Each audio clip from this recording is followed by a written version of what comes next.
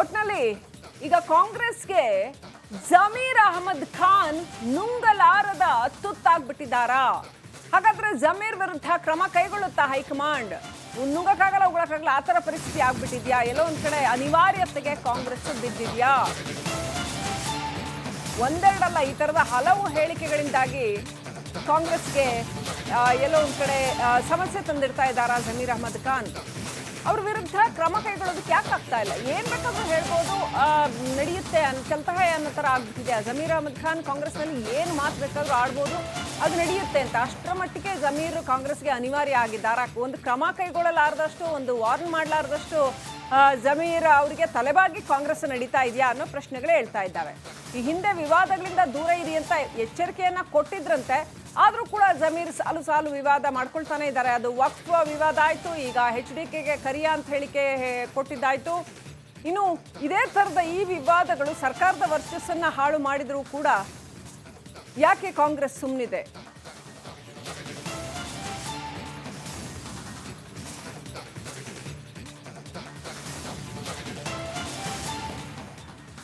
ಹೇಳಿದ್ರು. ಯಾಕೆ ಇಷ್ಟು ಕೋಪ ಕುಮಾರಸ್ವಾಮಿ ಅವರಿಗೆ? ಅವರ ಕೋಪದ ಹಿಂದಿನ ಮರ್ಮ ಏನು? ಎಲೆಕ್ಷನ್ನಲ್ಲಿ ದೊಡ್ಡಗೌಡರ ವಿಚಾರವನ್ನ ಎಳೆದು ತಂದದ್ದು, ದೇವೇಗೌಡರ ಖಾನ್ದಾನ್ ಅಂತ ಹೇಳಿದ್ದು ಸರಿಯಾ ಅನ್ನುವಂಥ ಪ್ರಶ್ನೆಗಳೆಲ್ಲವೂ ಕೂಡ ಎದ್ದಿದೆ.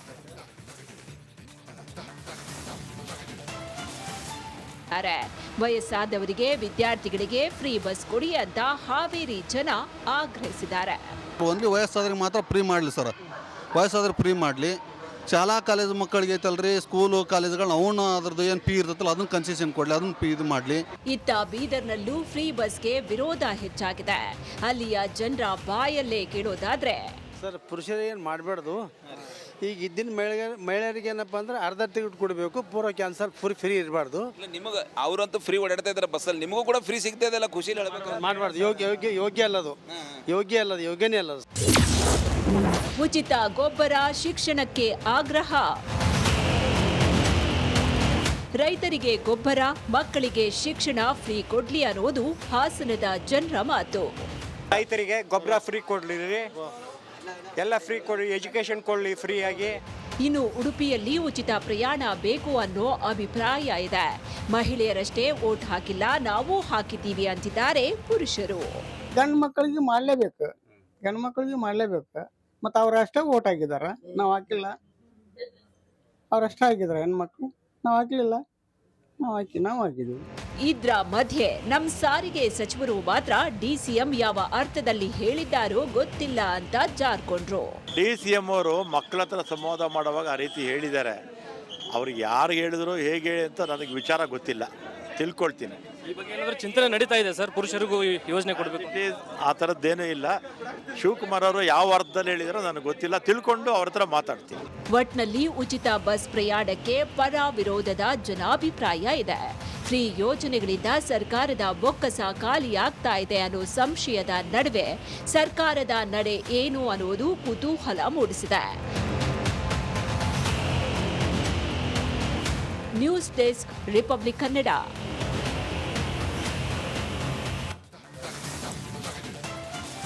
ಬಿಜೆಪಿ ನಾಯಕರು ಇರುವಂತದ್ದು ಈಗ ಇವತ್ತು ಖಂಡಿತ ನಿರ್ಧಾರ ಮಾಡಿರುವಂತದ್ದು, ಅದಕ್ಕೆ ಯಾರು ಕೂಡ ಕೊಕ್ಕೆ ಹಾಕಕ್ ಆಗೋದಿಲ್ಲ. ಯಾಕಂದ್ರೆ ಜನ ಜಾಗೃತಿ ಮಾಡ್ತಾ ಇರುವಂತದ್ದು. ಈ ಹಿನ್ನೆಲೆಯಲ್ಲಿ ಹೈಕಮಾಂಡಿಗೆ ಏನ್ ನಡೆಯುತ್ತೆ ಅಂತ, ಯಾಕಂದ್ರೆ ಬಿಜೆಪಿನೂ ಕೂಡ ಈಗ 3 ತಂಡವನ್ನ ಮಾಡ್ತಾ ಇರುವಂತದ್ದು, ಅದರ ಜೊತೆಗೆ ಇವರು ಪ್ರತ್ಯೇಕವಾಗಿ ಪ್ರವಾಸ ಮಾಡ್ತಾ ಇರುವಂತದ್ದು. ಹೈಕಮಾಂಡ್ ಇದನ್ನ ಹೇಗೆ ಸಾರ್ಟ್ ಔಟ್ ಮಾಡುತ್ತೆ ಅನ್ನೋದು ಒಂದು ಭಾಗ. ಎರಡನೇದಾಗಿ ವಿರೋಧ ಕೂಡ ಮಾಡಲಾಗದಂತ ಪರಿಸ್ಥಿತಿಯಲ್ಲಿ, ಇಕ್ಕಟ್ಟಿನ ಪರಿಸ್ಥಿತಿಯಲ್ಲಿ ಈಗ ಹೈಕಮಾಂಡ್ ನಾಯಕರು ಇರುವಂತದ್ದು. Sreelakshmi. Right, thank you Vijay. ಡೀಟೇಲ್ಸ್ಗಾಗಿ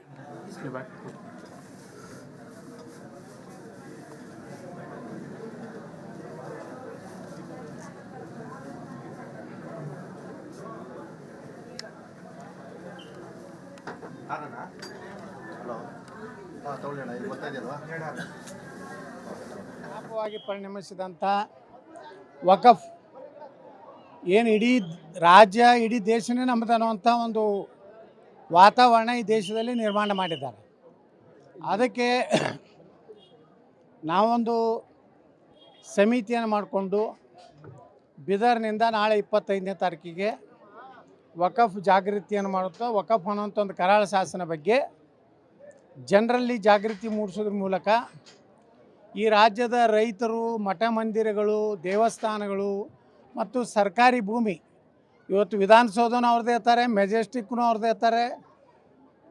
ಚಾಲುಕ್ಯರು ಹೊಯ್ಸಳರ ಕಾಲದಲ್ಲಿ ಕಟ್ಟಿದಂಥ ದೇವಸ್ಥಾನಗಳು ವಕಫ್ ಅತ್ತಾರೆ.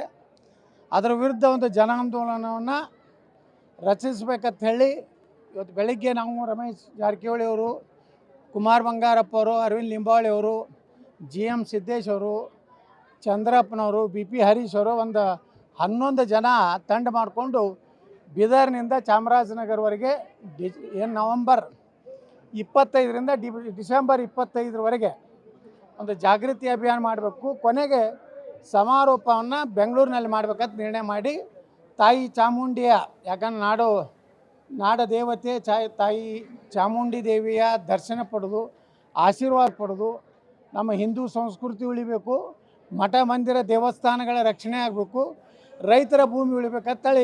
ರಾಜ್ಯ ರಾಜಕಾರಣದ ವಿಚಾರಕ್ಕೆ ಬರೋದಾದ್ರೆ ಆ 4 ವಿರುದ್ಧ HD ಕುಮಾರಸ್ವಾಮಿ ಕೆಂಡ ಮಂಡಲ ಆಗಿದ್ದಾರೆ. ಯಾಕೆ? ಹಳೆ ದೋಸ್ತಿಗಳ ಮೇಲೆ HDK ಸಿಡಿಮಿಡಿಗೊಳ್ತಾ ಇದ್ದಾರೆ.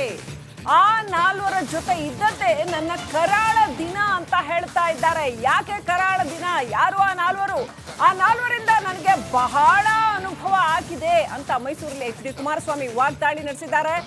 ಏನೆಲ್ಲ ಅನುಭವ ಆಗಿದೆ ಅಂತ ನೋಡಿ. ಚನ್ನಪಟ್ಟಣ ಉಪಚುನಾವಣೆ ಕಳೆದಿದ್ದು ಸಾಕಷ್ಟು ರಾಜಕೀಯ ಸತ್ಯಗಳು ಹೊರ ಬರ್ತಾ ಇದ್ದಾವೆ. ಬಿಚ್ಚಿಟ್ಟ ರಹಸ್ಯಗಳನ್ನ ಬಿಚ್ಚಿಡ್ಲಾಗ್ತಾ ಇದೆ.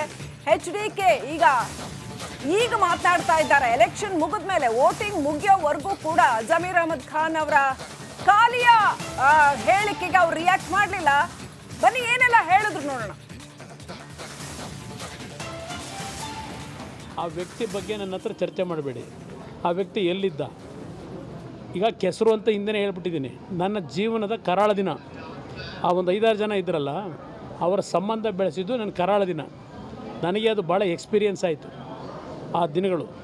ಅದರಿಂದ ಈಗ ಸ್ವಲ್ಪ ಭಾಳ ಎಚ್ಚರಿಕೆಯಿಂದ ಇರ್ತಕ್ಕಂಥವ್ನು. ಅವ್ರು ಎಲ್ಲಿದ್ದರು, ಯಾವ ಥರ ಬಂದರು, ಈಗ ಬೆಳೆದಿರ್ತಕ್ಕಂಥ ದುಡ್ಡಿನ ಮಾತಾಡ್ತಾರೆ. ದೇವೇಗೌಡರು ಕಾಂದಾನೆ ಕೊಂಡ್ಕೊಳ್ತಕ್ಕಂಥವ್ರು ಪಾಪ ಯಾವ ಮಟ್ಟಿಗೆ ಬೆಳೆದಿರ್ಬೋದು ಲೆಕ್ಕ ಆಗಿ. ಕಷ್ಟಪಟ್ಟು ಬಸ್ ಓಡಿಸ್ಬಿಟ್ಟು ಸಂಪಾದನೆ ಮಾಡೋರ ದೇವೇಗೌಡರು ಕಾಂದಾನ ಖರೀದಿ ಮಾಡೋಕ್ಕೆ.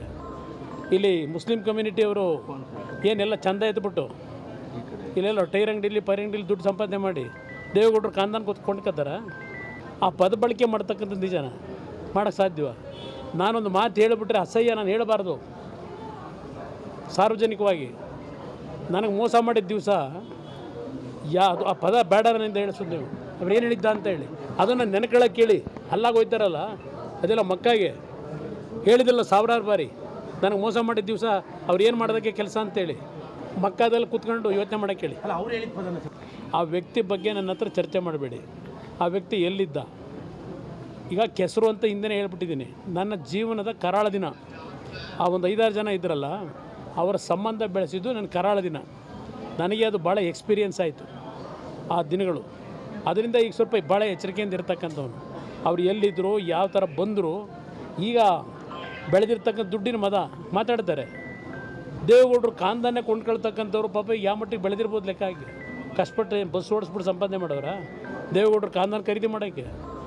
ಇಲ್ಲಿ ಮುಸ್ಲಿಂ ಕಮ್ಯುನಿಟಿಯವರು ಏನೆಲ್ಲ ಚಂದ ಎತ್ಬಿಟ್ಟು ಇಲ್ಲೆಲ್ಲ ಟೈರ್ ಅಂಗಡಿಲಿ ದುಡ್ಡು ಸಂಪಾದನೆ ಮಾಡಿ ದೇವೇಗೌಡರು ಕಾಂದಾನ ಕೊಂಡ್ಕೊತಾರ. ಆ ಪದ ಬಳಕೆ ಮಾಡ್ತಕ್ಕಂಥ ನಿಜನ ಮಾಡೋಕ್ಕೆ ಸಾಧ್ಯವ? ನಾನೊಂದು ಮಾತು ಹೇಳಿಬಿಟ್ರೆ ಅಸಹ್ಯ, ನಾನು ಹೇಳಬಾರ್ದು ಸಾರ್ವಜನಿಕವಾಗಿ. ನನಗೆ ಮೋಸ ಮಾಡಿದ ದಿವಸ ಅದು ಆ ಪದ ಬೇಡರನಿಂದ ಹೇಳಿಸೋದು ನೀವು. ಅವ್ರು ಏನು ಹೇಳಿದ್ದ ಅಂತ ಹೇಳಿ ಅದನ್ನು ನೆನಕೊಳ್ಳೋಕೆ ಕೇಳಿ ಅಲ್ಲಾಗ ಹೋಯ್ತಾರಲ್ಲ, ಅದೆಲ್ಲ ಮಕ್ಕಾಗೆ ಹೇಳಿದಿಲ್ಲ 1000 ಬಾರಿ. ನನಗೆ ಮೋಸ ಮಾಡಿದ ದಿವಸ ಅವ್ರು ಏನು ಮಾಡೋದಕ್ಕೆ ಕೆಲಸ ಅಂತೇಳಿ ಮಕ್ಕಾದಲ್ಲಿ ಕೂತ್ಕೊಂಡು ಯೋಚನೆ ಮಾಡೋಕ್ಕೆ ಹೇಳಿ. ಆ ವ್ಯಕ್ತಿ ಬಗ್ಗೆ ನನ್ನ ಹತ್ರ ಚರ್ಚೆ ಮಾಡಬೇಡಿ. ಆ ವ್ಯಕ್ತಿ ಎಲ್ಲಿದ್ದ?